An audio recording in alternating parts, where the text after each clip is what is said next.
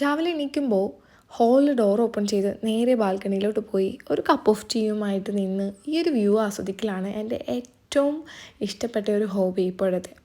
അത് കഴിഞ്ഞിട്ട് ഇന്ന് രാവിലെ കഴിച്ചത് ഉപ്പുമാവായിരുന്നു കേട്ടോ. ഉപ്പുമാവ് ഉണ്ടാക്കി വെച്ചതായിരുന്നു, 2 ദിവസമായി ഫ്രിഡ്ജിൽ ഇരുന്നിട്ട് ചൂടാക്കി കഴിച്ചതാണ്.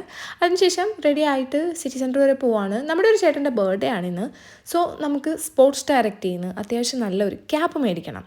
അതാണ് ഞാൻ പുറത്തിറങ്ങിയത്. അപ്പോഴാണ് ആലിപ്പഴം പെയ്തത്. നല്ല രസമുണ്ടായിരുന്നു കാണാൻ. പിന്നെ ഇതിവിടെ ഒരു പുത്തിരിയല്ല.